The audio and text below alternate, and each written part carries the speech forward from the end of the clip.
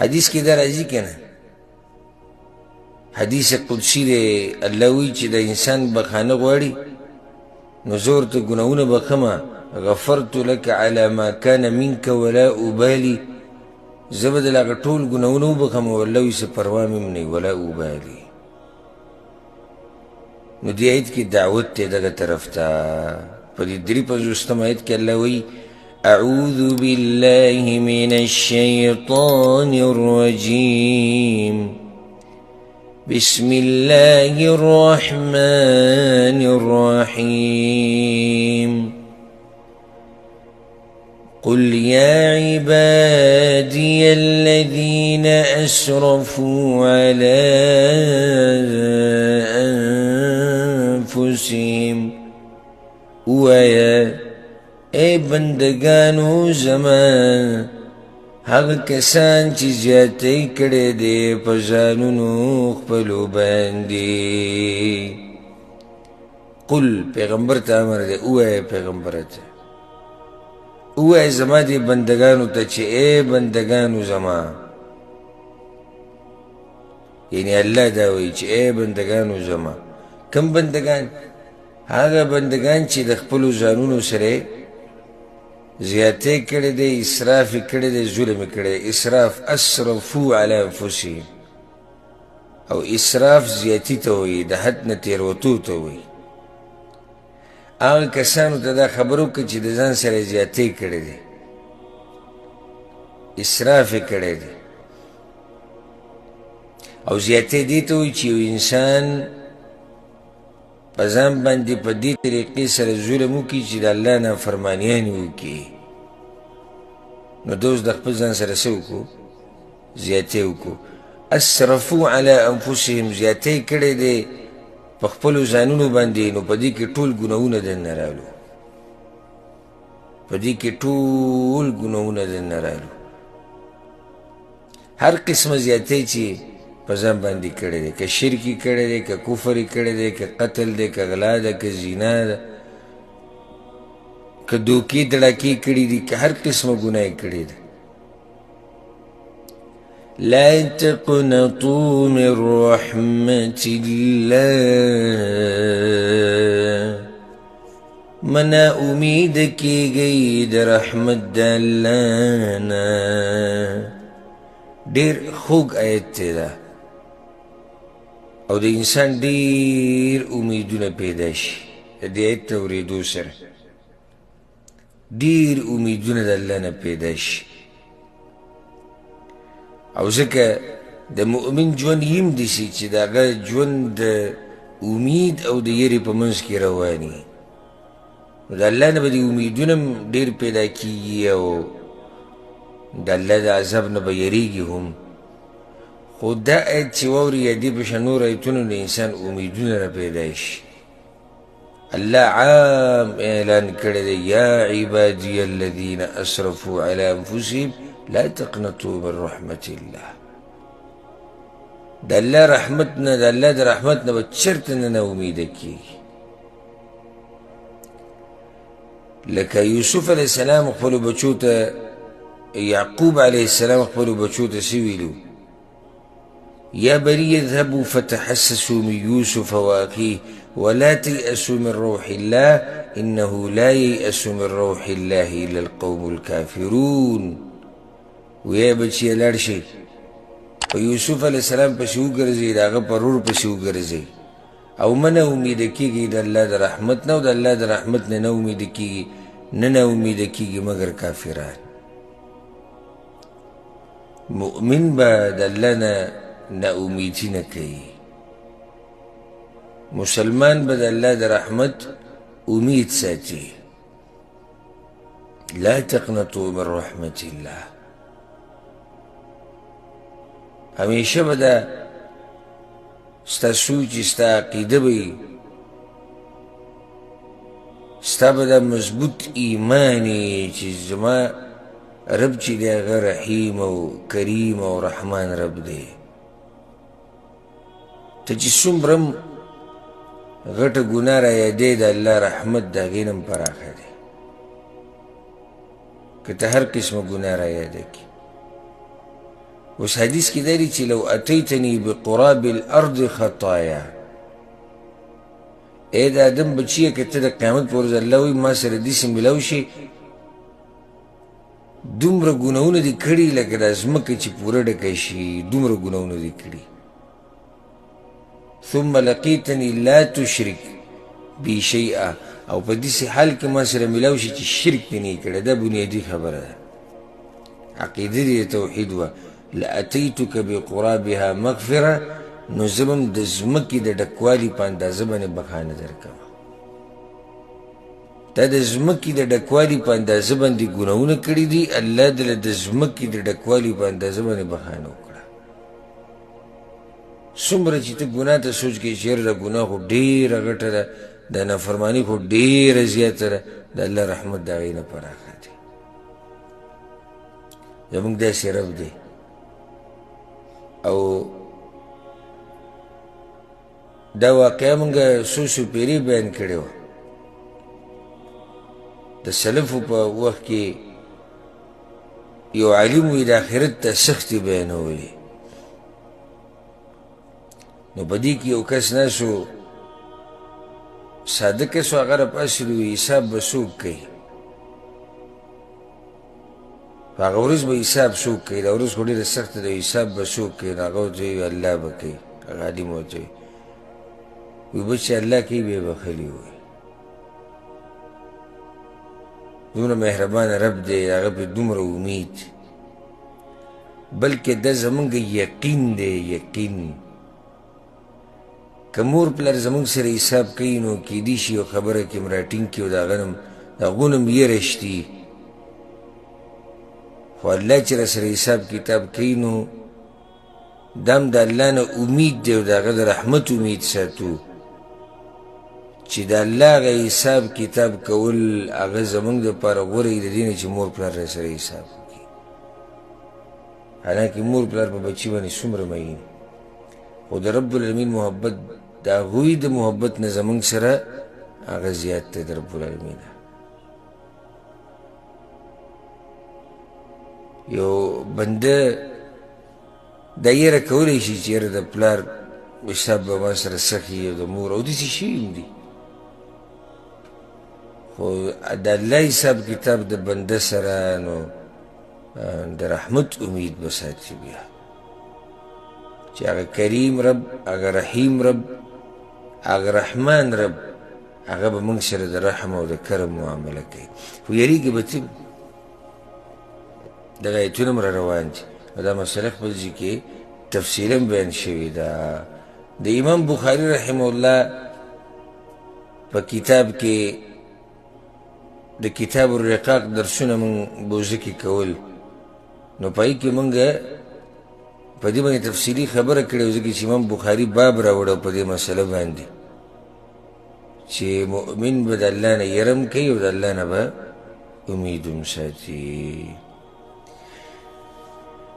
ما ووایي که نه ګوره چې که ته هرې ګناه ته سوچ کوې چې یاره ما خو پلانۍ ګناه کړې ده او پلانۍ، نو د الله رحمت د هغې نه پراخه دی.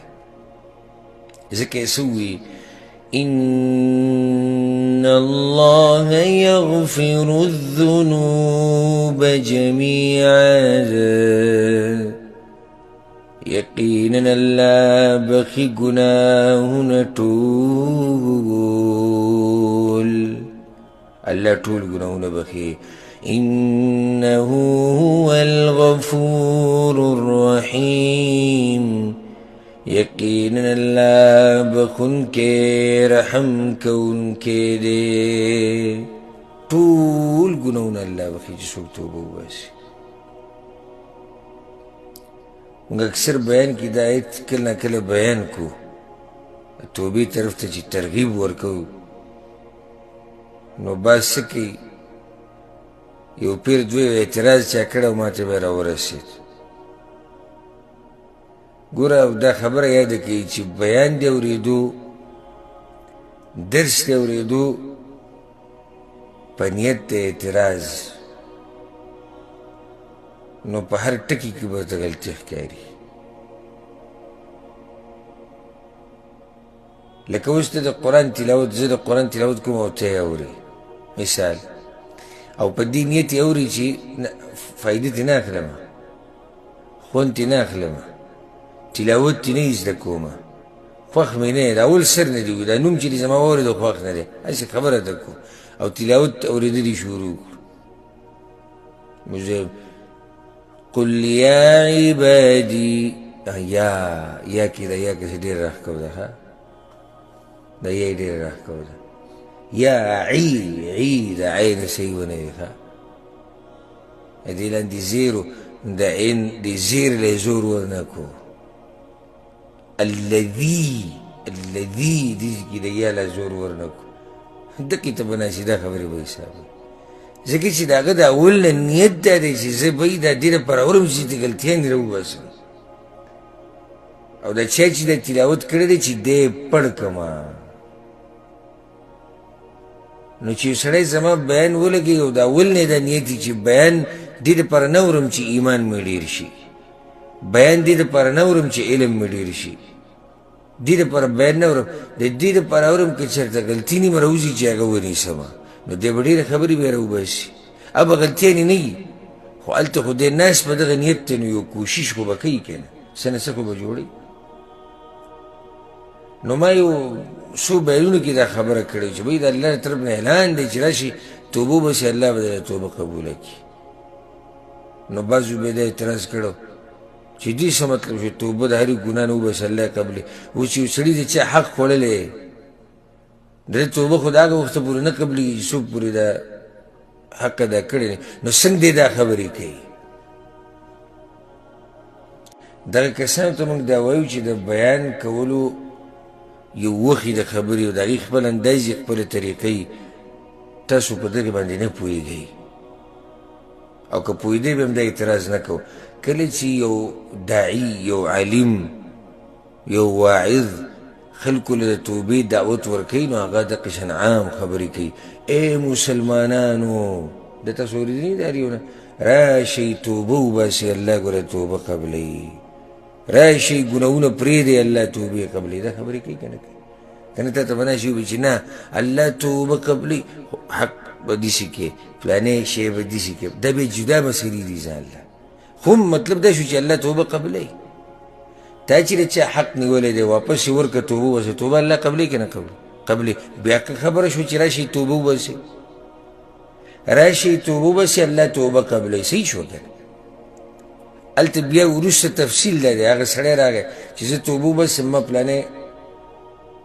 پلانی حق د پلاني سړي خوړلی، زه اوس څه وکړم؟ دا ورکړه، هغه یې ورکړو توبه وویسته، الله به توبه قبوله کړي او ګناه به ورته معاف کړي.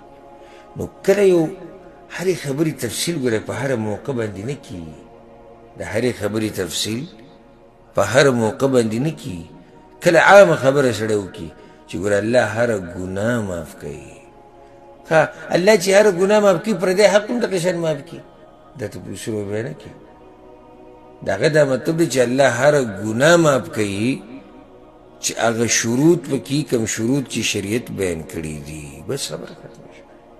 او په هغه شرطونو کې یو شرط دا دی چې تا د چا حق خوړلی هغه حق به هغه به واپس ورکړي، هغې هم بیا خپلې طریقې دي، کله به یې واپس ورکوي، څنګه به یې ورکوي چې هغه کس نه. اوس بیا د دې خبرو پکې هم تفصیل بیانوي، نو دغه خو ستا بیان ختم شو، لاړ ټول په دغه تفصیل یو مسله کې ورننوځي چې جي راشي توبه وباسي، حق ورکوي، که حق د چا وي او هغه دنه ورک شوی نو بیا به دا کوئ، که هغه مړي نو بیا به دا کوئ، که وارثان یي نو بیا به داسې کوئ، او که تا سره هغه حق نه وي نو بیا به داسې کوې، او که تا سره دی په بدل کې بل شي نو بیا به داسې. دا خو بیان لټو په هغه یو مسله کې ولګېد، نو هرې موقع د هرې خبرې د تفصیل نه وي.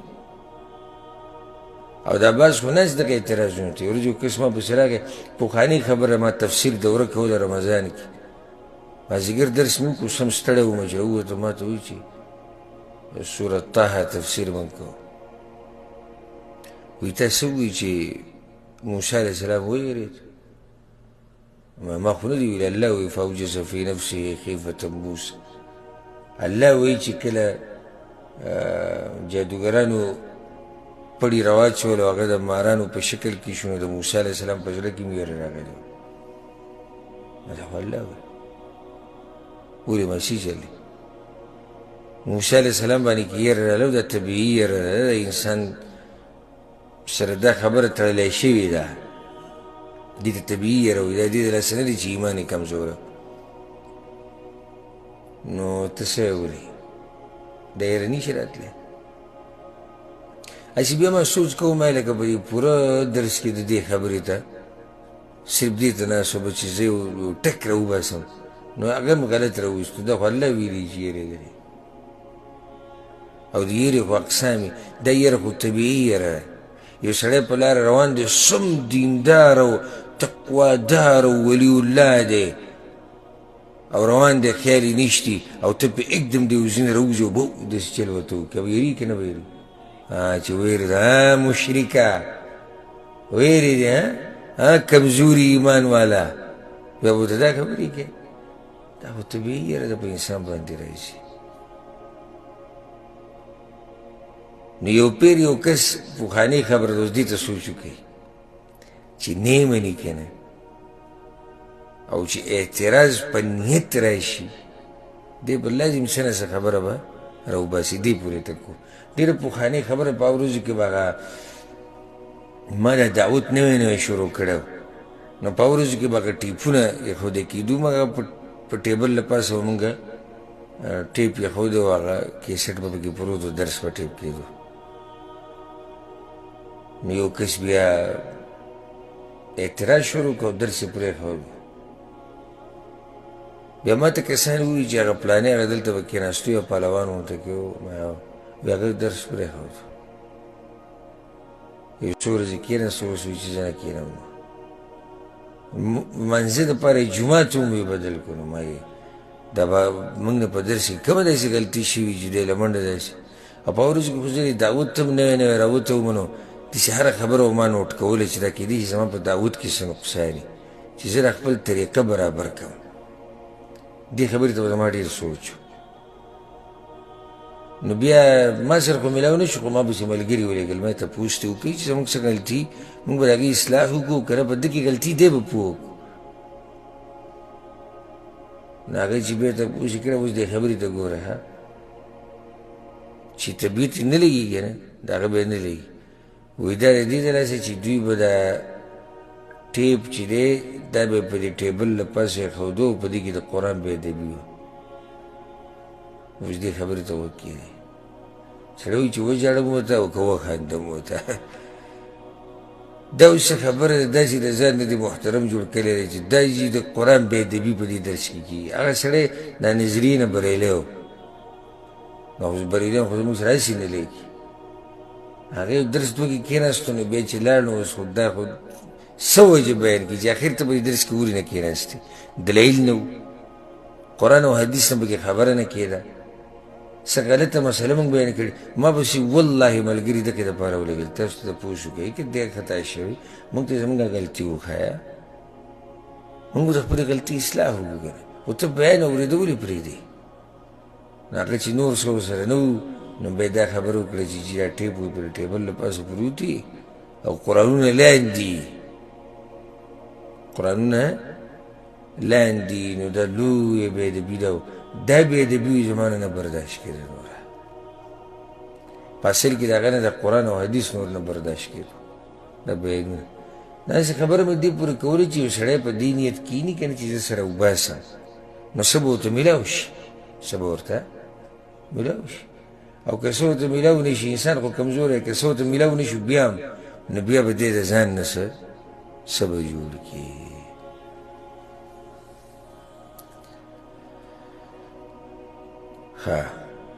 ان الله یغفر الذنوب جميعا الله ټول ګناهونه بخي یقینا الله بخونکی رحم کوونکی دی وانیبوا الى ربکم واسلموا له او رجوع کیا او واپسی وکئ خپل رب ته او تابع شئ هغه ته واسلموا له اسلام غاړه ایښودو ته وایي که نه تابعداري وکړي د الله تابع شي من قبل أن يأتيكم العذاب مخکې د دې نه چې رابشي تاسو ته عذاب ثم لا تنصرون بیا به تاسو سره مدد نشي کېدی. اسی څومره مهربان رب دی که نه. دې صورت کې مخکې د مشرکانو حال بیان شو چې دوی د الله سره شریکان جوړ کړي. وإذا ذکر الله وحده اشمئزت قلوب الذين لا يؤمنون بالآخرة. بلکې کله چې د الله د توحید باس کېږي د دوی زړونه څه شي؟ راتنګ شي، زړونه بد شي. دومره د هغوی د الله د توحید نه نفرت دی او د الله سره شرک کړی. رب العالمین هغوی له توبې دعوت ورکوي. داسې مهربان رب دی. و دې ځکه وایي واپس شئ خپل رب ته، تابع شئ د هغه رب مخکې د دې نه چې عذاب در باندې راشي. ثم لا تنصرون بیا به ګوره ستاسو مرسته نه کېږي. د الله د عذاب په مقابله کې څوک مرسته نشي کولی. کاینه من کان چې کغار څوک چې الله دې په نصیب کې بچ کېدنې دي کړي او الله دې بچ نه کړي او الله د باندې رحم ونه کړي نو څوک دې نشي بچ کولی. واتبعوا أحسن ما أنزل إليكم من ربكم او تابعداري وکئ د ښایسته هغه چې نازل کړی شوی دی تاسو ته د طرف د رب ستاسو نه. څه شی نازل شوی دی؟ قرآن. ګوره د توبې د دعوت نه بعد اوس دعوت ورکوي چې توبه دې وویسته خو بیا د قرآن تابعداري شروع کړه که نه. توبه چې دې وویسته او الله ته واپس شوې اوس د هغه ښایسته قرآن تابعداري شروع کړه. ما انزل الیکم من ربکم چې هغه تاسو ته نازل کړی شوی دی د چا له طرف نه؟ د الله له طرف نه.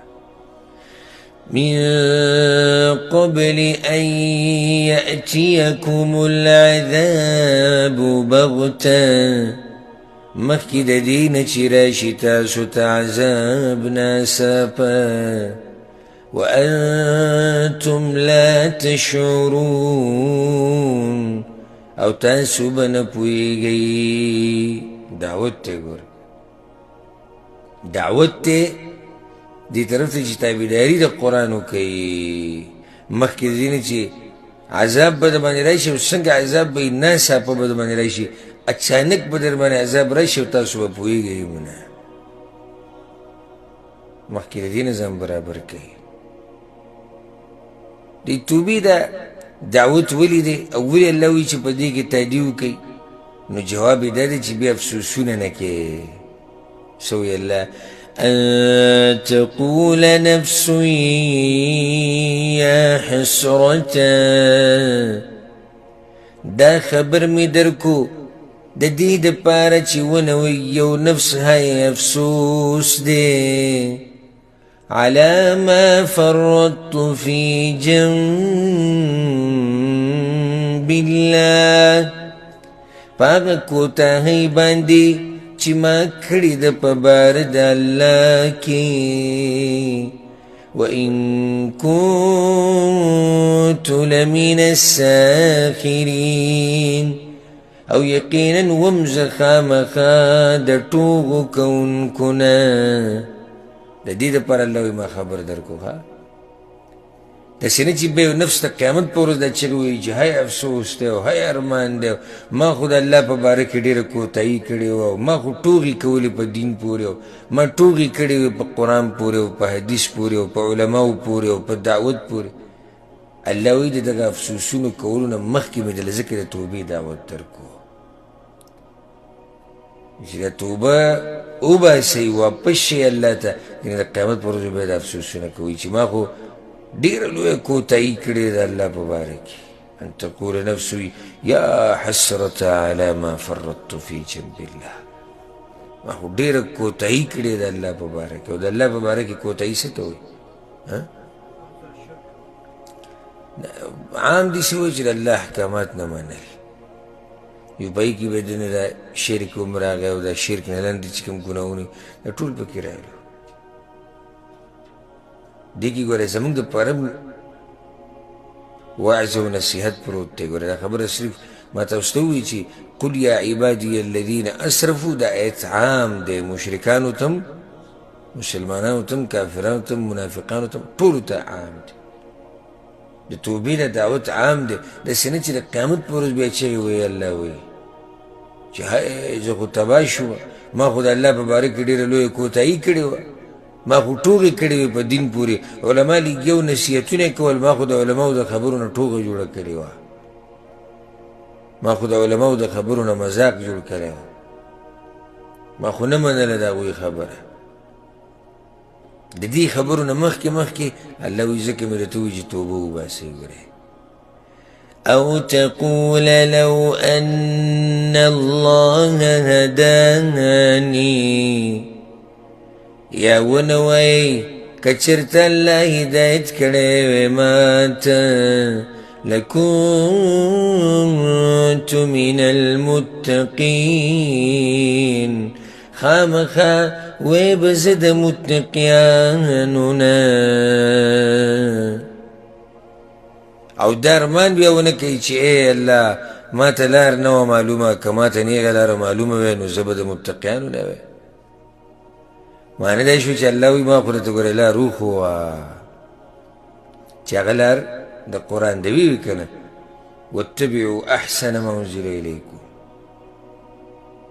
نو بیا داسې نه چې د قیامت په ورځ دا چغې وایې که چېرته الله ما ته هدایت کړی وی نو زه به هم په پرهېزګارو کې وی. الله وایي ما نه زه د هدایت لار ګوره ښوولې ده. په آخرت کې بیا دا چغې تاله فایده نه درکوي.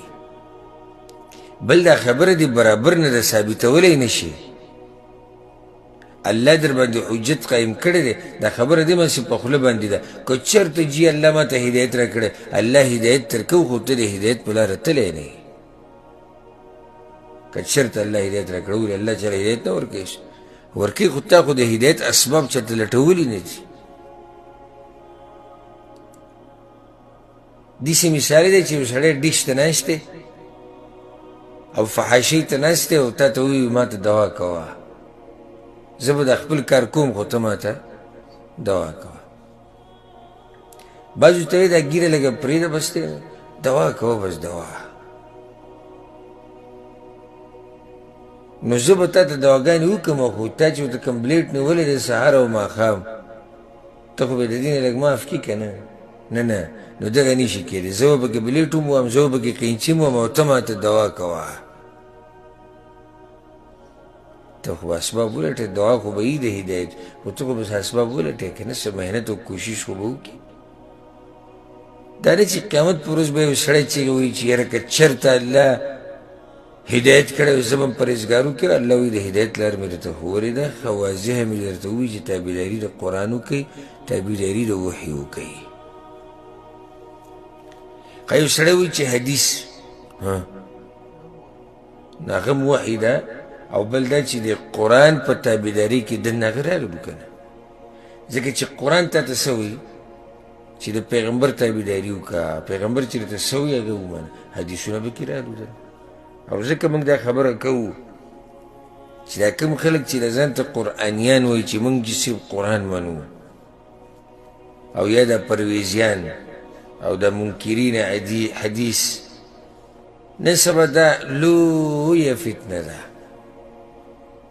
یو خو واضحه پرویزیان دي یا قرآنیان ځان ته وایي، یا د جاوید غامدي په لار دي، هغه هم د حدیثونه منکر خلک دي، ډېر حدیثونه هغوی نه مني، چېرته یو څو به مني د شمار، او هغې کې هم خپلې فایدې دي.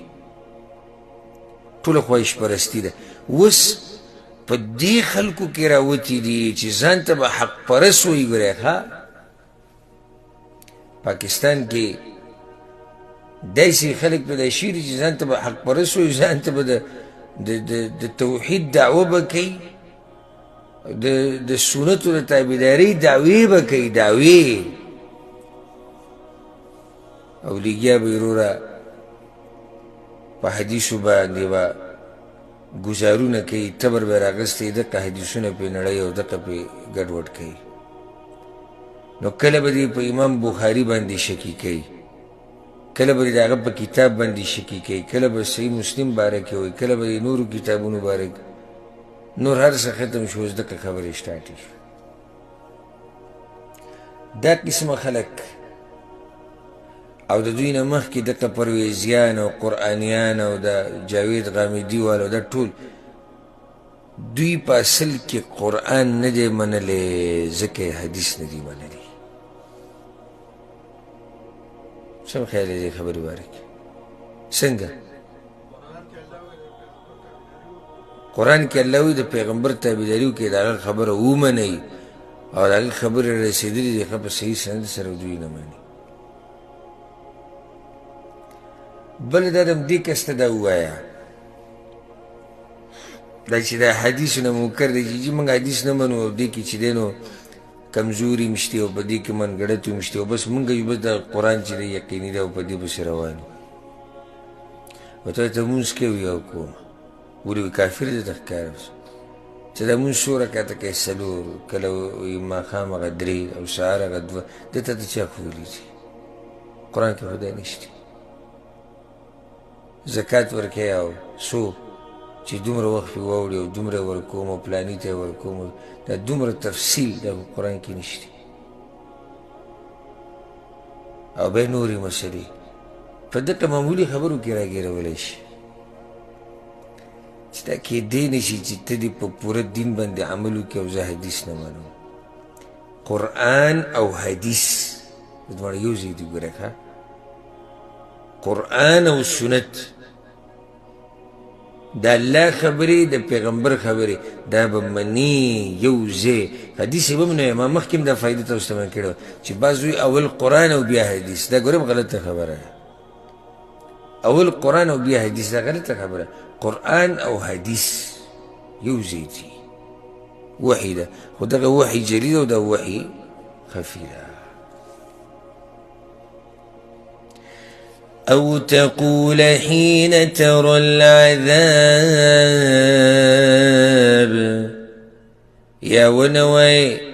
یا ونوي پاغ وقت چې وبویني عذاب لو أن لي كرة کچرت وی ما لر دوباره الدنیا تا فأكون من المحسنين نو زه به وی د ښایسته عمل کوونکو نه. مطلب دی چې د دې قسمه خبرو کولو نه مخکې توبه وباسه. یعنې بیا به دا وی په آخرت کې چې کله عذاب وینې لو ان لي کره که چېرته دوباره دنیا ته تګ وی نو زه به هم ښایسته عمل کوونکو کې وی، خو تګ خو بیا نشته دنیا ته واپس. د قیامت ورځ ګورئ د افسوسونو او د ارمانونو ورځ ده. د افسوسونو او د ارمانونو ورځ ده. یوم الحسره د حسرتونو او د ندامتونو ورځ ده. یو حسرت پکې دا دی او یو ارمان به چې موږ واپس دنیا ته تللی وی. دغه خلک به کوم چې جهنمیان دي ولیعاذ بالله. الله وی چې بیا د دې قسمه خبرو کولو نه مخکې واپس شئ الله ته. د دې قرآن تابعداري وکړئ، د دې وحي تابعداري وکړئ، د پیغمبر په لار روان شئ. یعنې بیا به دغې چغې وایي. جواب د دې خبرې لکه مخکې ووایي که نه او تقول لو ان الله هداني که چېرته الله ما ته څه کړی وی؟ هدایت کړی وی. که په آخرت کې به دا خبرې کې نو جواب یې واوره بلا او قد جاءتك آياتي یقینا درغلیو تا آیتنا زما. ته چې وایي چې ما ته الله هدایت کړی نو الله وویلي زما آیتونه نه و درغلي سي. زما آیتونه درلي پیغمبر درته ښه واضح کړو، ښه واضح آیتونو، خو تاسې چې لیکو فکذبت بیا نو دروغجن ګڼلي وو تا هغې لره. هغه کوم آیتونه چې الله وایي زما طرف نه درغلي وو تا ورته څه ووایي؟ تا ورته دروغجن ووایې.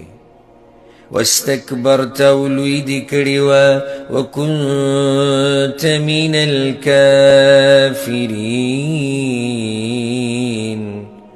او ویت د کافرانو نه. الله وی ګورې دا خبره مه کوه که الله راته هدایت کړی وی نو زه به متقیانو کې وی د هدایت دپاره خو الله وی ما کتاب در لېږلی و ایتونه واضحه پیغمبر درته وضاحت کړی خو تا ورته دروغجن وي واستکبرته لویي دې کوله او لاړې په کافرانو کې شوې نن چغې ویې که الله راله هدایت را کړی وی دا جواب وشو دا نو یره د قیامت د ورځې نه ګوره یره در کوي چې د قیامت په ورځ د دغه خلکو څه حال دی چې په الله باندې دروغ جوړوي او دا وایي چې جي د الله دپاره بچي دي او د الله دپاره د پلاني برخه ده او د پلانې د الله سره شریک دی او نور دروغ په الله باندې جوړوي او منکر دي د آخرت نه او منکر دي د بعث بعد الموت نه. په اصل کې په دې کې هم دننه یو نصیحت پروت دی یره ورکول مقصد دی چې ګوره آخرت کې ډېر سخت عذابونه دي د هغه عذابونو راتلو نه مخکې ټولو خلکو توبه وباسئ. ويوم القيامة ترى الذين كذبوا على الله وجوههم مسودة او په ورځ د قیامت به وینې ته هغه کسان چې دروغې ویلي دي په الله باندې وجوههم مسوده مخونه د هغوی به تک توریږي الله به یې وشرموي او د قیامت ورځ خو ده دی چې بعض مخونه به څه شي تور شي او بعض به سپین شي. وجوه يومئذ ناظرة إلى ربها ناظرة ووجوه يومئذ باسرة يوم تبيض وجوه وتسود وجوه بعض مخونه به تور شي الله بعض به سپین شي. دا الله چې من نه لیدنه د هغوی مخونه به سپین شي. دا یې معنی دا نه دی چې سپین مخونه هغه دي چې دنیا کې رنګ سپیني. سپین مخونه معنی دی چې د الله د طرف نه یو خاص نور به ورکړی شي دوی ته چې په هغې سره به د مخونه پړقېږي. لکه په دنیا کې ته دینداره کس ته وګوره دی به تک توري یا به دی غنم رنګی خو د دې تقوا د لاسه دومره ښکلی ښکاري په دغه نور باندې دینداره سړی پوهېږي چې دې مخ ته وګوري دومره ښایسته سړی دومره سیر پکې دومره برکت پکې چې ورسره خوا کې هغه تک سپین شنو سترګو والا کښېني هغه د هغه حسن د ده به مخکې څومره وي. دغه شان په آخرت کې یو خاص رڼا الله دې خلکو دې مخونو له ورکړي او د مخ تورېدو دا مطلب نه دی چې رنګونه یې تور دي او شرمن یې توره ده. تورېدو مطلب هغه به د ګناهونو توروالی لکه دې دنیا کې وګوره یو سړی تک سپین دی او ښه شنې سترګې دي او زیړ ویښتې دي او غټه باډي ده او بېدینه دی نو د سړي ته کرکه کېږي کرکه دا مخ سیر ختم شوی برکت دې تللی. دا غیر مسلمه چې دي خصوصا د انګریزان او د هندوان که خیال هم کړی چې سړی سره ملاقات وکړي یو قسمه د دې کفر بین تیزي بین مخ ته چې وله سړی ګوري ضرب برابر سیر به پکې نه ښه داسې به ښایسته الله پیدا کړی خو هغه د دین هغه نور او برکت هغه پکې نه. لکه الله د صحابه کرامو باره کې څه وایي سیماهم فی وجوههم من اثر السجود. الله وایي د دوی په مخونو کې رڼاګانې دي او نښې دي د سجدو د لاسه. دې نه مراد د مخ هغه نور او برکت دی او ښایست دی د سجدو د دیندارۍ د لاسه. حالانکه صحابه کرامو کې داسې وو چې هغوی بدرنګه وو شکلونه یې داسې ښکلي نه وو داسې پکې وو انسانان دي انسانان ټول خو داسې الله دې پیدا کړي چې ټول ښایسته دي او دنګ دنګ دي او ګټې ګټې باډیانې دي او صحابه کرامو کې هم دي لکه بلال رضی الله عنه ته وګوره تک تور و د هغه په مخ کې هم دقه نور و نو په آخرت کې به د دې خلکو مخونه تک تور شي دا چې په الله باندې دروغ جوړ کړي أليس في جهنم مثوى للمتكبرين اے نشتی په جهنم کې ځای د اوسېدو لوی کوونکو لره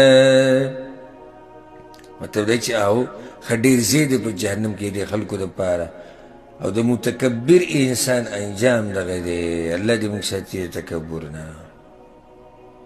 دوی تکبر کړی دی نو ځکه خو د الله دین نه دی منلی که کوم سړی چې ګوره حق نه مني که نه نو په ده کې څه وي په ده کې تکبر وي دا خبره یاده کوي ګورې او ځکه پیغمبر صلی الله علیه وسلم د تکبر په تعریف کې څه ویلي وو چې تکبر دې ته وایي حق دیکه کول او خلق سپک ګڼل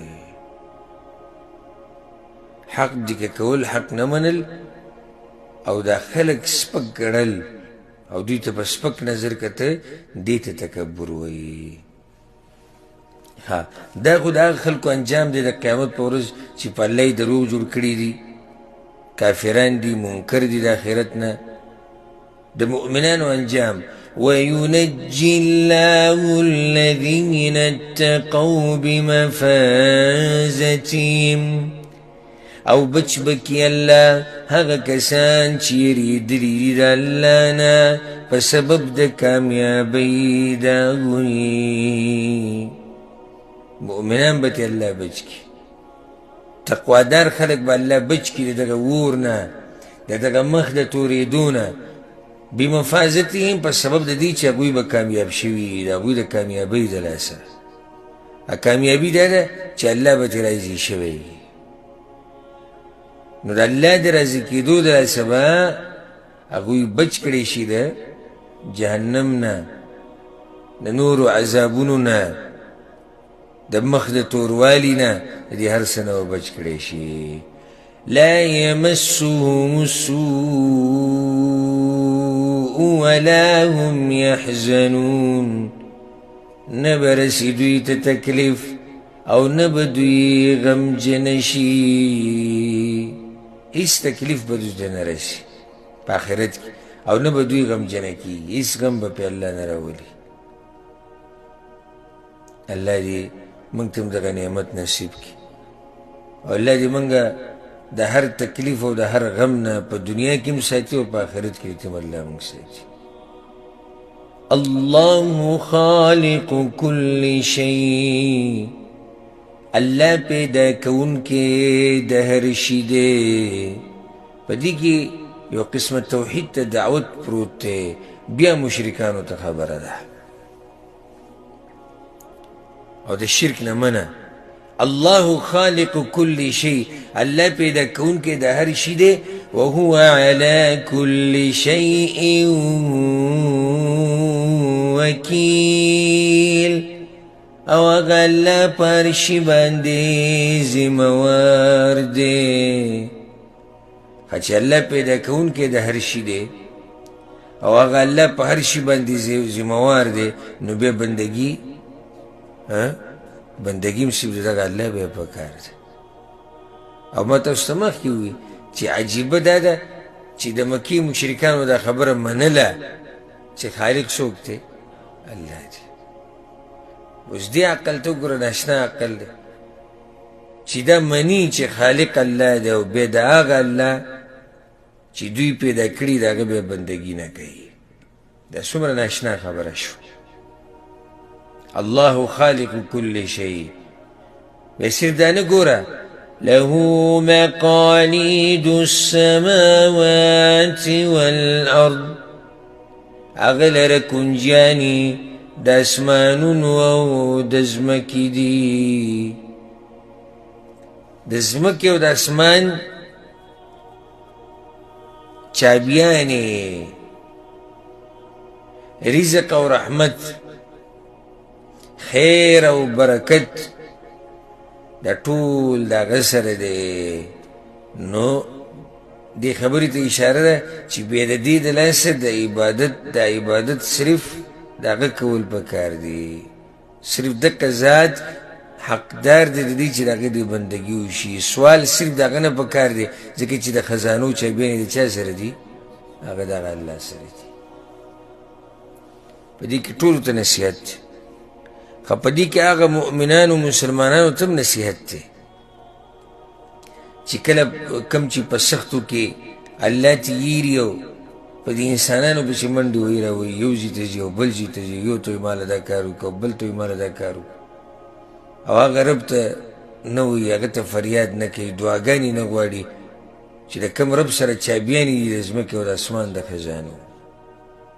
ته خو هغه ته د خپله مسله بیان کړه که ته خو هغه الله ته ووایه، ته خو دعاګانې وغواړه که نه، بیا ګوره چې هغه الله په تا باندې څنګه رحم کوي، بیا ګوره چې هغه الله په څه طریقې سره ستا دا مسله حل کوي. خو ته خو ورته ووایه که نه، ته خو هغه ته فریاد وکړه، وایه ته خو ډایرکټ په مخلوق پسې ونښتې، په مخلوق پسې منډې وهې، د مخلوق هغه خالق دی نه هېر شوی دی چې الله وایي له مقالید السماوات والارض، هغه دپاره د ځمکې او د اسمان چابیانې دي.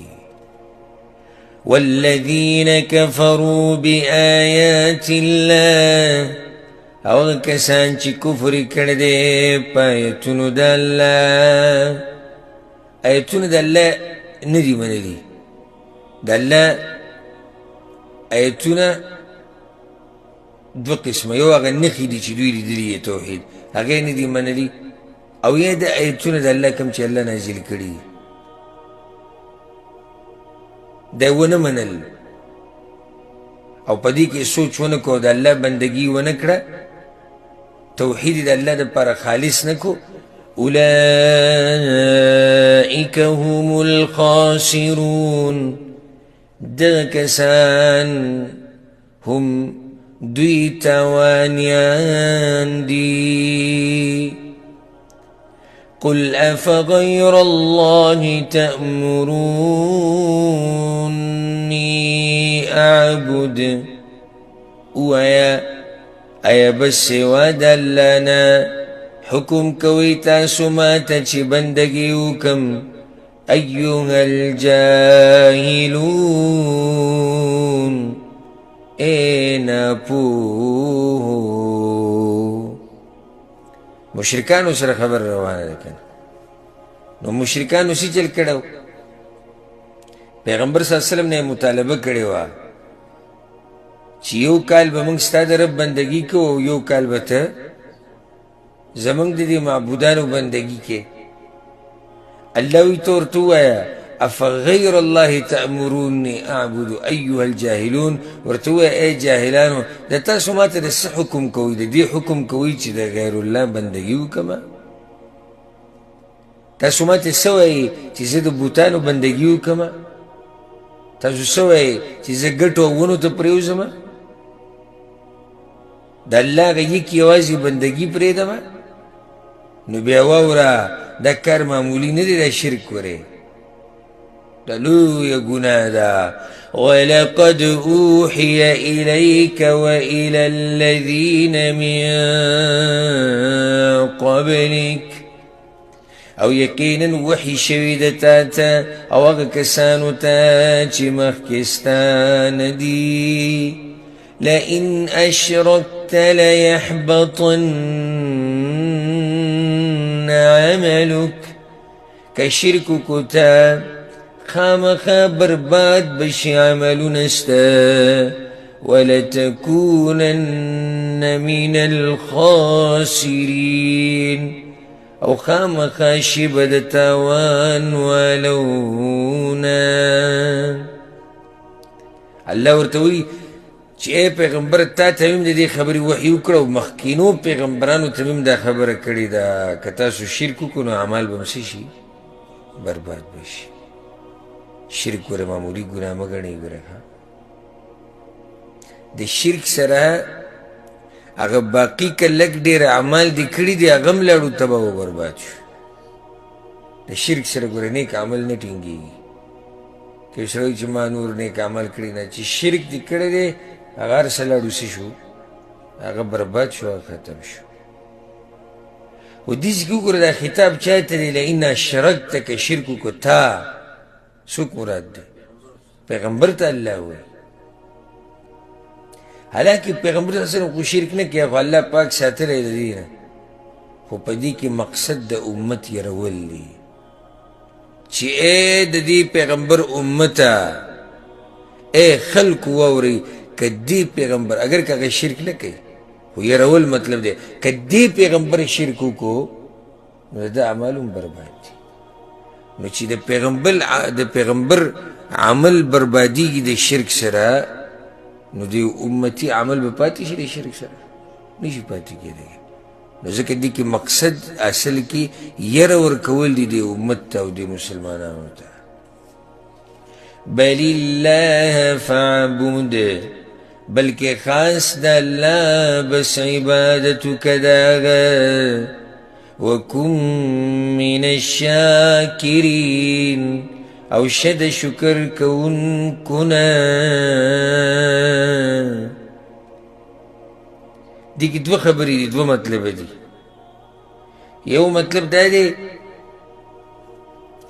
بل الله فاعبد د الله بندگی کوه وکن من الشاکرین شي به د شکر کوونکو نه مطلب دا دی چې څوک د الله بندگی کوي نو د ده نه الله شکر ګزار بنده جوړوي یو معنی دا شو بله معنی دی که داسې کیدی شي بل مطلب چې خاص د الله عبادت وکړه د الله بندګي وکړه او په دې شکر ادا کړه په څه شکر ادا کړه چې الله دې له توفیق درکو د الله د بندګۍ کولو په داسې حال کې چې د هغه سره دې څوک سره شریک کړی نه دی او د شرک د سپیروالي نه الله ساتلی په دې باندې به یې شکر ادا کړه که نه دا معنی شو یو مطلب یې دا دی اوس الله دا خبره ذکر کوي چې دې مشرکانو د الله قدر نه دی کړی بې قدري کړې ده نو ځکه خو د الله سره شریکان جوړ کړي دي که نه چاته چې د الله قدر معلوم دی هغوی د الله سره شرک نه کوي دا خبره موږ منو چې موږ هم د الله داسې قدر نه دی کړی لکه څنګه چې په کار دی خو داسې بې قدري هم نه دی کړی الحمدلله لکه څنګه چې مشرکانو کړې ده هغوی خو د الله په توحید باندې حملې کړي دي د الله په یووالي باندې حملې کړي دي عام مسلمان موحد نه که ګناه کېږي خو عامه ګناهونه ته کېږي چې هغه د شرک نه لاندې دي په هغې کې د کوتاهي کېږي او دا هم د الله بې قدري ده چې یو عظیم رب موږ د هغه د نافرمانۍ نه منع کړي وو د ګناهونو نه منع کړي وو موږ یې کوو خو دلته لویه بې قدري هغه دا ده چې یو سړی د الله سره په ذات کې په نومونو کې او په صفاتو کې په الوهیت او په ربوبیت کې یو مخلوق شریک کړي ذکر الله وی ګیله کړی دا وما قدر الله حق قدره او قدر نه دی کړی دوی د الله لایق قدر داغه داسې قدر د الله نه دی کړی لکه د کوم قدر چې الله لایق دی داسې قدر د مشرکانو نه دی کړی دا واضح ده که دوی قدر د الله کړی وی نو د هغه سره به شرک کړی بیا به شرک نه کوو که دا دوی چې دا شرک کړی دی د الله سره شریکان جوړ کړي دي دا دلیل دی په دې باندې چې دوی د الله داسې قدر نه دی کړی د کوم قدر چې الله لایق دی نو واوره دغه الله زور دا الله د قدر لایق دی پکار دی چې د قدر وکړی شي لکه نوح علیه السلام چې وایي ما لکم لا ترجون لله وقارا خپل قوم ته ویلي دا څه چل دی چې تاسو د الله قدر نه کوئ د الله عزت نه کوئ او هغه الله قد خلقکم اطوارا تاسو یې په قسمه قسم طریقو سره پیدا کړي او بیا د الله هغه عظمت بیان کړی دې ځکه اوس وګوره الله وایي دوی ګورې د الله قدر نه دی کړی او هغه الله څوک دی واوره که نه والارض جميعا قبضته يوم القيامه او ځمکه ټوله به په قبضه د هغه کې وي په ورځ د قیامت والسماوات مطویات بیمینه او اسمانونه به راتاو کړی شوي په ښی لاس د هغه کې. داسې زورور رب دی. د قیامت په ورځ به د 7 اسمانونه په یو لاس کې او ځمکه او په بل لاس کې ونیسي الله. یو روایت کې راځي د ونې په یو لاس کې او د خاور او د هر څه په یو لاس کې او د هر څه به الله راګیر کړي د ځمکه او اسمانونه او بیا به وخوځوي او دا به وایي چې انا الملک انا الملک، زه باچا یم زه باچا یم. داسې زورور رب دی. او دې مشرکانو ظالمانو د هغه زورور رب قدر ونه کو، د هغه رب توحید یې ونه منو، د هغه بندګي یوازې ونه کړه. سبحانه وتعالى عما يشركون. پاک دی الله او چت دی د هغې نه چې دوی ورسره برخداران جوړوي. الله پاک دی اوچت دی د هغې خبرونه چې دوی کوي د مشرکان د الله په باره کې، او یا د هغه شریکانو نه چې دوی شریک کړي دي د چا سره؟ د الله سره. الله د هغې نه پاک دی او د هغوی نه اوچت دی الله. اوس د آخرت هیبت بیانوي چې د آخرت ورځ معمولي مه ګڼئ. څه وجه ده چې په شرک پسې او د مشرکانو خبره روانه وه، د قیامت خبره شروع شو.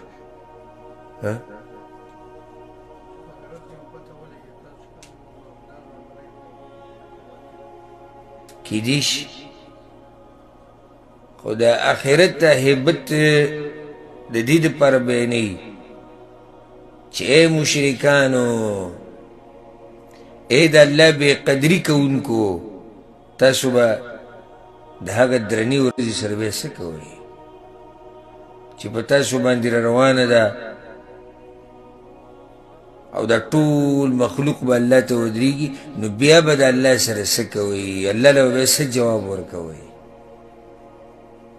څنګه به هغه الله ته مخامخ کېږئ؟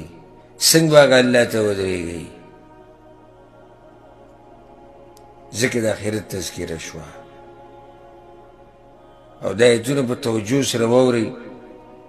ډېر د انسان په زړه کې یره پیدا کوي د آخرت نه، او چې په زړه کې دې پیدا شوه یره د آخرت نه، نو بیا به د هغه ورځې دپاره عمل کې کوشش او محنت به کې. زمونږ اکثر کوششونه خو ټول د دنیا دپاره روان دي، او بعض وی محنت کوو دا مسافر اکثر یو بل ته وي کلي کې به بیا څه کې د دې نه دې یری چې کلي کې به څه کې. چې په کار خو دا و چې دا نصیحت مو یو بل ته کولی چې دینداري په ځان کې راول، آخرت کې به بیا څه کې الله ته چې مخامخ شي بیا به څه کې. کلي کې به څه وشي که ته پیسې ونه ګټې؟ مړ به شي. هېڅ هم نه، اوس پورې څوک مړ شوی نه. صرف دغه چې دنیاوي چې کوم نعمتونه دي هغه به لږ کم شي بس، نو خو هېڅ هم نه کېږي. خو که آخرت ته دې سرې وړي او خالي لاس د الله مخې له لاړې، نو څه به وایي الله ته؟ څه جواب به ورکوي بیا الله ته؟ نو ځکه دا ایتونه په غور سره واورئ. ونفخ فی الصور، او پوکې به وکړی شي په شپېلۍ کې. دا پوکې به څوک کوي؟ اسرافیل علیه السلام. پوکې به وشي، دغه اولنۍ پوکې دی په شپېلۍ کې. فصعق من في السماوات ومن في الأرض، نو بیوش بشي هغه څوک چې په اسمانونو او هغه څوک چې په ځمکه کې دي، په ټولو خلکو بیوشي راشي، مطلب مرګ به راشي. دغه شپېلۍ سره به هر څه ختم شي. یو روایت کې داسې راځي چې الله به وایي چی شو هغه بادشاهیان، چی شو هغه د بادشاهیانو هغه زامن، چی شو هغه زورور چې دعوې به یې کولې، هېڅوک به نه. اواز به وکړي الله لمن الملک اليوم، نن بادشاهي د چا ده؟ خو څوک به جواب نشي ورکولی، لکه څوک به یي نه. نو بیا به الله ځان له جواب ورکړي لله الواحد القهار. بادشاهي یک یوازې د الله ده، د هغه زورور رب ده. نو په ټولو خلکو به دې شپېلۍ سره بېهوشي راشي، مرګ به راشي. په دې سره به انسانان، حیوانات، ملائک او هر سا والی شی به څه شي؟ هغه به مړ شي. إلا من شاء الله، مگر هغه څوک چې غواړي الله دوی به بچ شي. اوس په دې کې ګورئ د علماو اوږدې خبرې دي چې دا څوک دي چې دوی به بچ کېږي د دې نه، ځکه چې په ټولو په ملایکو باندې به هم مرګ راشي، په ملایکو هم مرګ راځي، ملایک هم مري. دا ټول نو دا به څوک پاتې کېږي؟ الا ماشاءالله. استثنا چا دپاره ده؟ الله اعلم.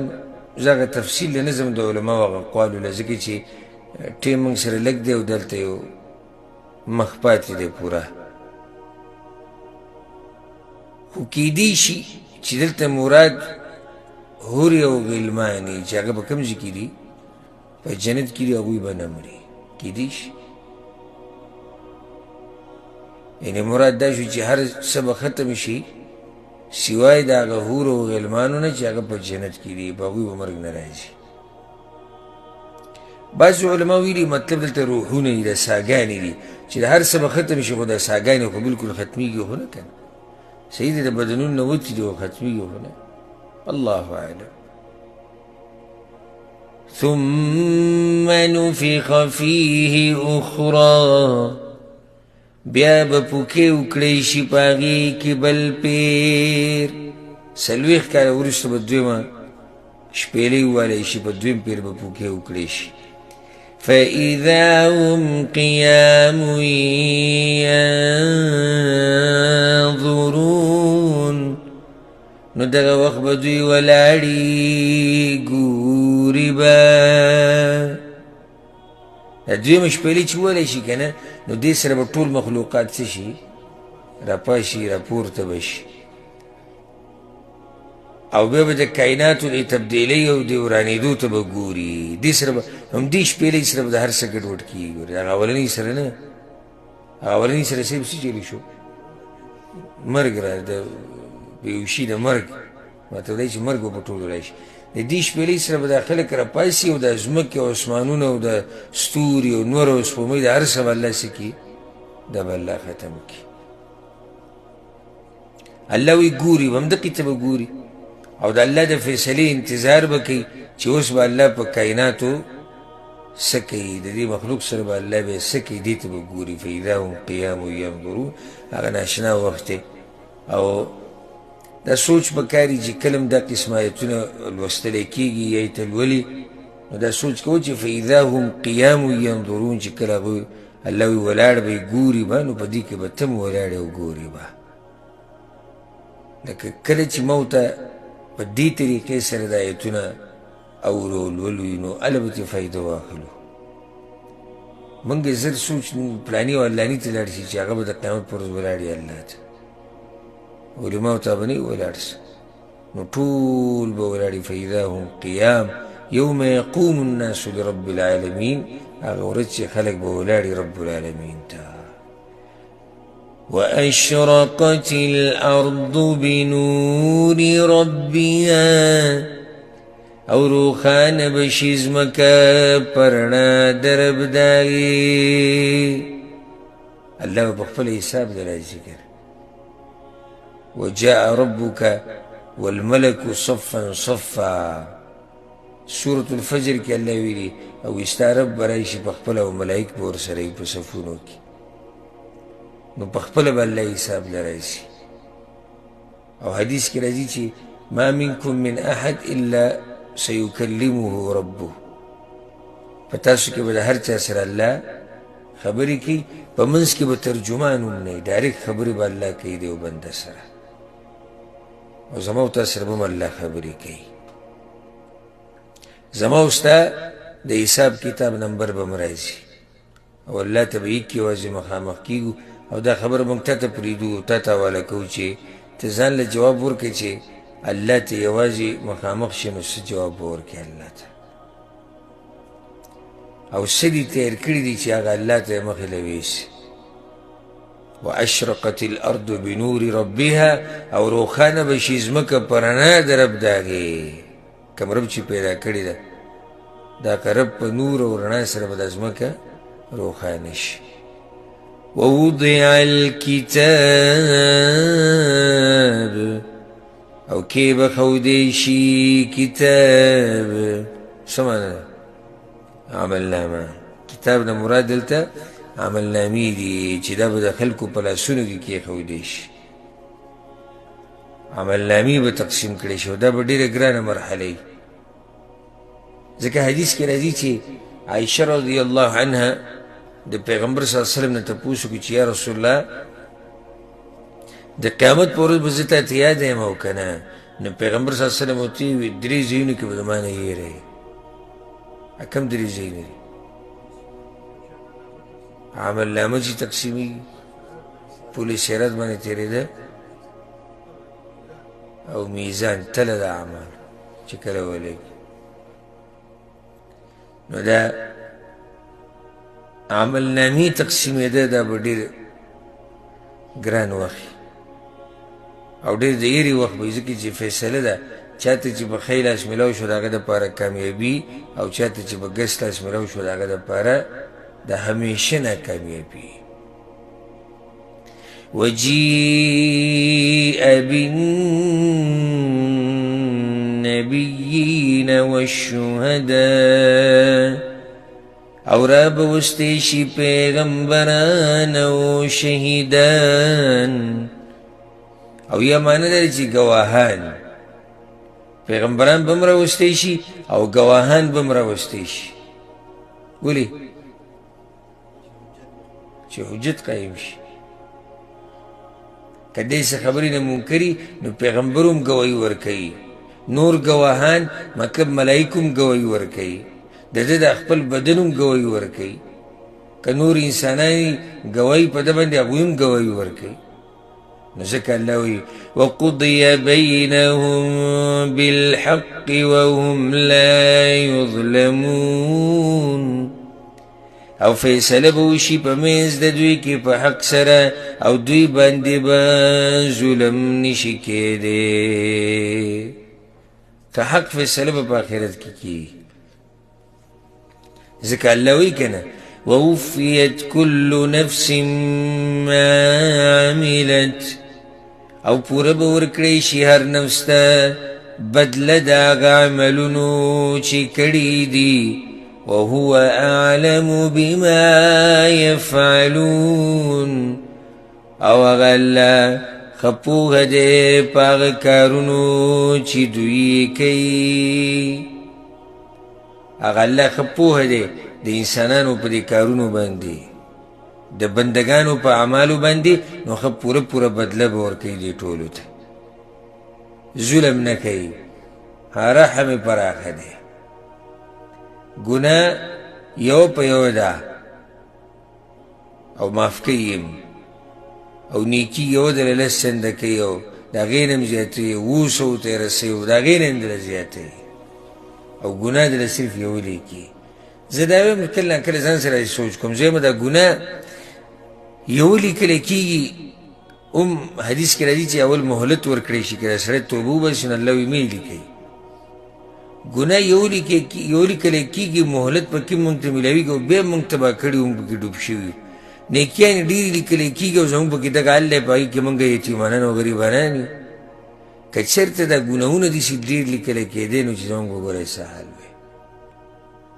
اوس په دې یو یو ګناه لیکلی کېدو کې مونږ اجرین ډوب شوي یو او دومره ډېرې نیکیانې لیکلی کېږي معمولي خبره وکړو په هغې باندې زر نیکیانې او بې شماره نیکیانې او جنتونه پې میلاویږي او د الله رضا پې میلاویږي. معمولي اعمال دی او په هغې کې مونږ یتیمانان یو او په هغې کې مونږ غریبانان یو مونږ سره هغه اعمال نشته. نو بدله به د الله د طرف نه پوره پوره میلاویږي. ظلم نه کېږي د الله په دربار کې د چا سره. اوس الله دا خبره بیانوي چې د قیامت په ورځ به دوه غټې ډلې وي. یو به د کافرانو ډلې بله به د متقیانو ډلې. رب العالمین هغه منظر بیانوي چې په څه طریقې سره به دوی جنت ته ځي دا متقیان او په څه طریقې سره به دا کافران جهنم ته ځي. وسيق الذين كفروا إلى جهنم زمرا او روان بکړی شي هغه کسان چې کافران دي جهنم طرف ته ډلې به روان شي. یو ولې نه ځي؟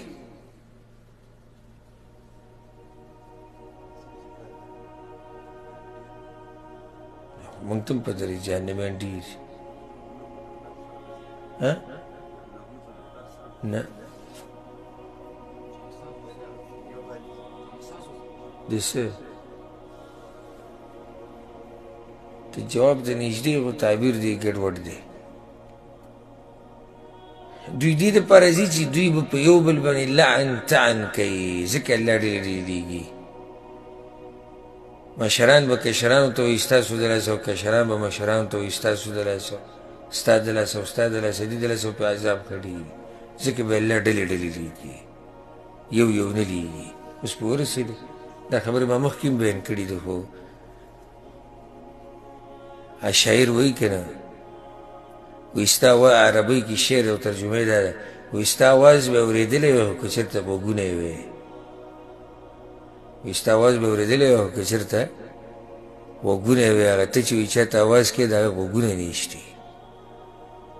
نو دا مسلې اسانې مسلې دي، خو چې څوک یې په د زړه په غوږونو واوري او توجه سره، نو ځکه به دوی ډلې رواني چې د یو بل له پیغورونه ورکوي، یو بل ته به خیرې کوي، په یو بل به لعن طعن کوي، د دې سره به عذاب ښه ډېرېږي. حتی اذا جاءوها تر دې چې کله راشي دوی هغې ته.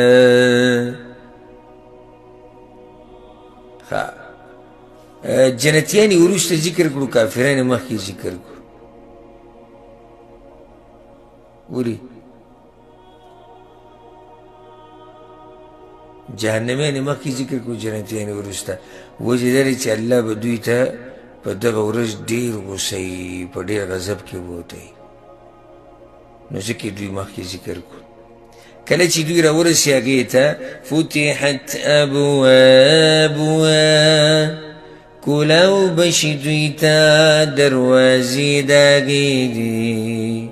جهنم دروازې دي که نه؟ څو دروازې دي؟ نورې پکې چا نورې پکې ذکر کوي، څه اضافه کوي؟ که په دې کې م اختلاف ساتئ. لها 7 ابواب، اووه دروازې دي د جهنم.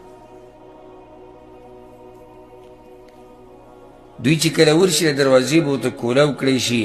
وقال لهم خزنتها او به وایي دوی ته خزانچیان د هغې، خزانچیان د جهنم، څه به ورته وایي؟ الم یأتکم رسل منکم، ایا نو راغلي تاسو ته رسولان ستاسو نه؟ پیغمبران نو درغلي تاسو ته؟ یتلون علیکم آیات ربکم، چې لوستل به په تاسو باندې آیتونه د رب ستاسو. وینذرونکم لقاء یومکم هذا، او یرولی تاسو د ملاقات د ورځې ستاسو نه چې دا ده. د پیغمبرانو کار ګوره دا دی، د پیغمبرانو څه کار دی؟ بس دې کې څه ذکر شي؟ د آیت خو یو پیر ووایي که نه؟ الم یأتکم رسل منکم، او نو څه کار شو د پیغمبر؟ ترجمه دې وکړه، بیا هم په سوچ کې. یتلون علیکم آیات ربکم، د آیتونه د الله لوستل دا د پیغمبر کار دی. اوس پکې شک شته؟ اوس هم خبره وکړه، اوس تاسو د ذهن ووت. دا د پیغمبر کار دی، دا د دعوت او تبلیغ دی چې دی به د الله ایتونه لولي او خلک به یری د هغه ورځې نه په کومه ورځ چې به د خلکو ملاقات کېږي د الله سره. نو د جهنم دا خزانچیان به د جهنمیانو ته وایي ولې نه و درغلی پیغمبر؟ تاسو ټولو ته پیغمبران درغلي وو، تاسو یرولي نه وئ د دې ورځې نه؟ ایتونه ته نه و بیان شوي؟ قالو بلا، هغوی به وایي او راغلي وو، ایتونه یې بیان کړي وو، د دې ورځې نه یرولي. ولكن حقت كلمة العذاب على الكافرين، مگر ثابت شوی د فیصله د عذاب په کافرانو باندې. راغلي خو موږ بدبخته یو، بس الله را باندې د بدو عملونو د لاسه فیصله د څه کړې ده؟ فیصله د عذاب را باندې کړې ده. دا به د جهنم خزانچیان دوی ته وایي. ښه د جهنم څو خزانچیان دي؟ 19 دي. عليها 19 سورة المدثر کی دی ده. 19 خزانچیان دي. مشر پی څوک دی؟ مالک. قيل ادخلوا أبواب جهنم، وبویلی شي دوی ته ننوزي دروازو د جهنم ته، خالدین فیها، همیشه به باغی کې. د انجام دی زی ننوزي چې نم د منلی یو بس بیا زی. د دې مبارکې میاشتې په دې اختتام کې دی الله مونږه د جهنم د اور نه آزاد کړي، او د دې میاشتې په دې اختتام کې دی الله مونږ په هغه کسانو کې شمار کړي چې هغوی په دې رمضان کې ګټلې ده، او په هغه خلکو کې دی الله مونږ شمار کړي چې الله د هغوی نه راضي شوی دی. د دې جهنم نه دی الله مونږ آزاد کړي. زمونږ مور پلار دی الله د جهنم نه آزاد کړي. زمونږ ښځې بیبیانی او زمونږ بچی هغه دې ته الله آزاد کړي. فبئس مثوى المتکبرین، نو بد دی ځای د اوسېدو د متکبرانو یا د لوی کوونکو. مخکې خبره تېره شوه چې دوی چې را شرک کړی ده او د دین یې نه دی منلی او د پیغمبرانو یې نه ده منلی، نو د څه د لاسه؟ د تکبر د لاسه. بل طرف ته واوره که نه. وسيق الذين اتقوا ربهم إلى الجنة زمرا، او روان بکړی شي هغه کسان چې یریدلي دي د خپل رب نه جنت ته ډلې ډلې. کوم خلک چې د خپل رب نه یریدلي دي هغه به کوم طرف ته روان کړی شي؟ جنت. خدام ډلې ډلې چې یو بل له مبارکیانې ورکوي، په یو بل به خوشحاله شي. لکه موږ په دنیا کې چېرته ځو که نه، نو ملګري ځان سره بوځو، راځئ ټول به چکر ولګو. نو چې په ګڼه لاړ شي چکر ولګوي نو څه فایدې؟ خوشحاله شي، مزه ډېره وکړي، یو بل سره وخاندي راوخاندي، یو بل سره خبرې اترې وکړي، یو بل سره لوبې او منډې ووایي. دغه شان دا جنتیان به الله یو یو نه دیږي، دا به ډلې ډلې رواني چې دوی خوشحاله یو بل له مبارکیانې ورکوي، د یو بل سره به خبرې اترې کوي، پلانیه مبارک شه او پلانیه مبارک شه. څه ناشنا ورځ به یې هغه ګوره چې د جنت په دې غټو غټو دروازو باندې به دا راشي. الله سوی حتی اذا جاؤوها، تر دې چې کله راشي هغې ته، وفتحت ابوابها، او کولاوي کړې شوي به وي دروازې د هغې.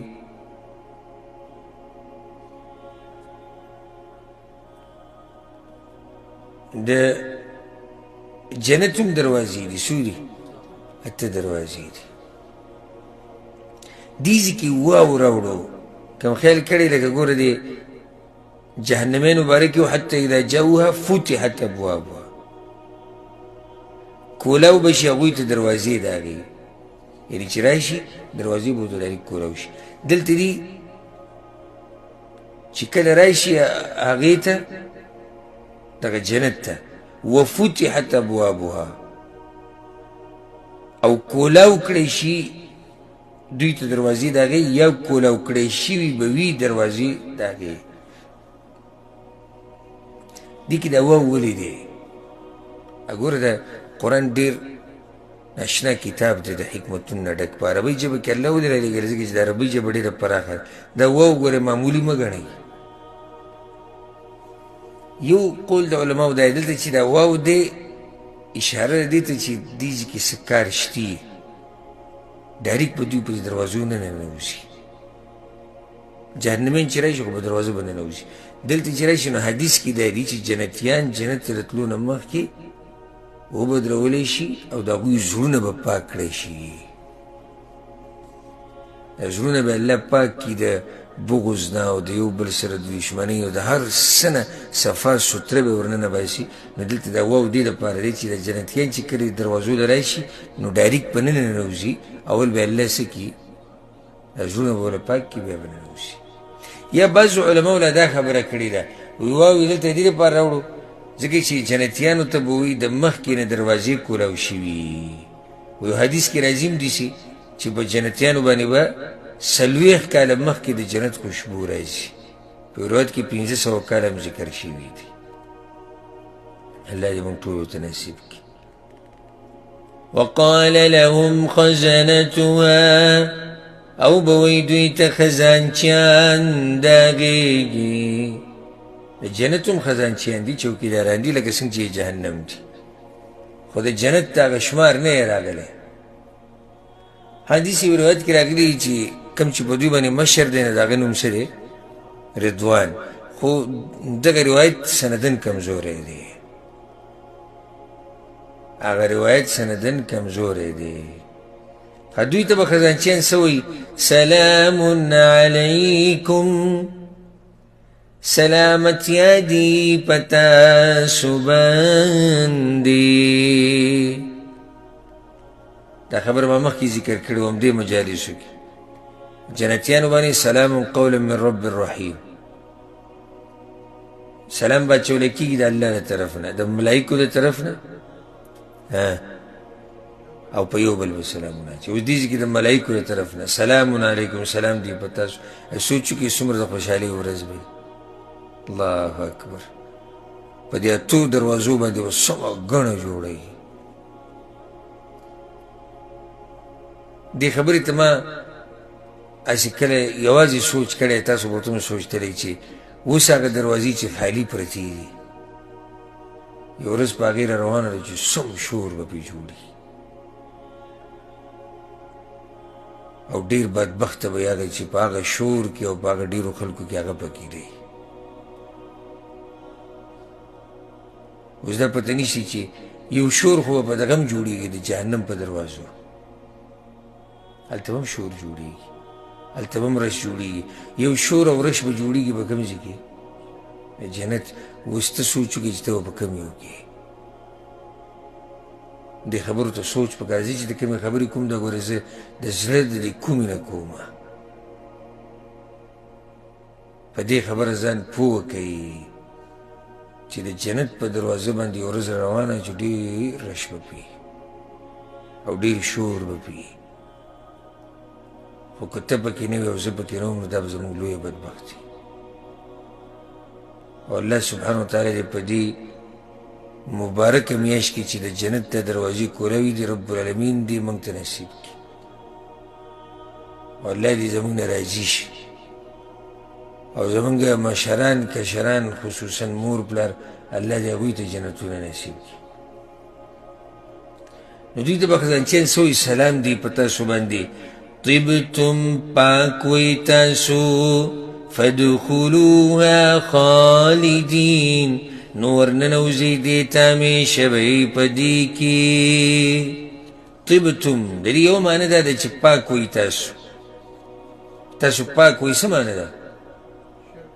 شرک هم نه کړی د شرک نه پاک وی د الله د نافرمانۍ نه دویمه ترجمه داسې ده معنا طبتم خوشحاله اوسئ، یعنی خوشحاله اوسئ په جنت کې. د هغه څه دلاسې چې څه تاسو کړي دواړه خبرې صحیح، همیشه دپاره به یې په دې کې همیشه. وقالوا الحمد لله الذي صدقنا وعده، او به وایي دوی حمدونه دي الله لره هغه ذات چې رښتینې کړه موږ سره وعده خپله. دا به څوک وایي؟ دا به جنتیان وایي چې شکر دی د هغه رب چې موږ سره یې خپله وعده څه کړه؟ رښتینې کړه. واورثنا الارض، او په میراث کې راکړه موږ ته دا ځمکه. د دنیا دا ځمکه، ځمکه د جنت. ځکه ووایي نتبوأ من الجنة حيث نشاء،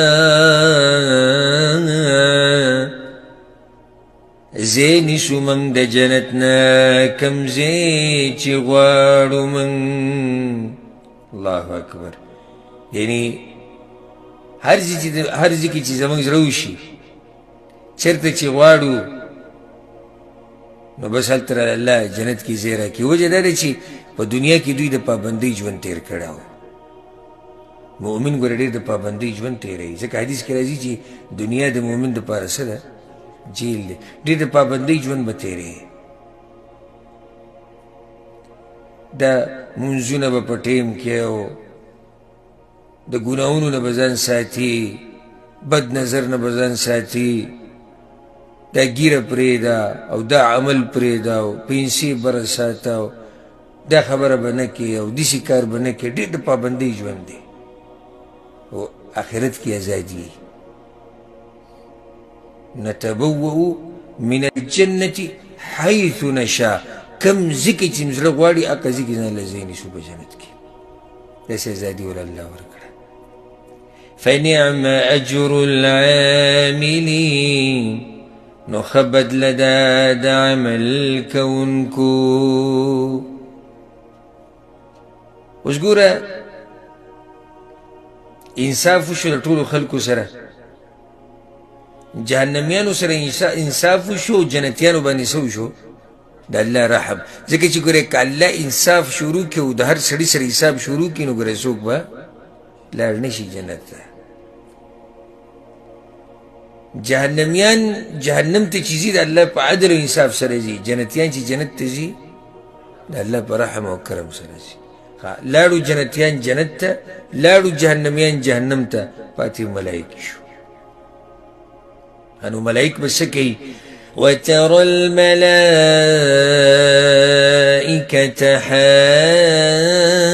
حافين من حول العرش، او اینی بتا ملائک گیرا چونکی بی چاپیر دا عرشنا، دا اللہ دا عرشنا بی چاپیر گیرا چولی یا تاویگی بداغینا.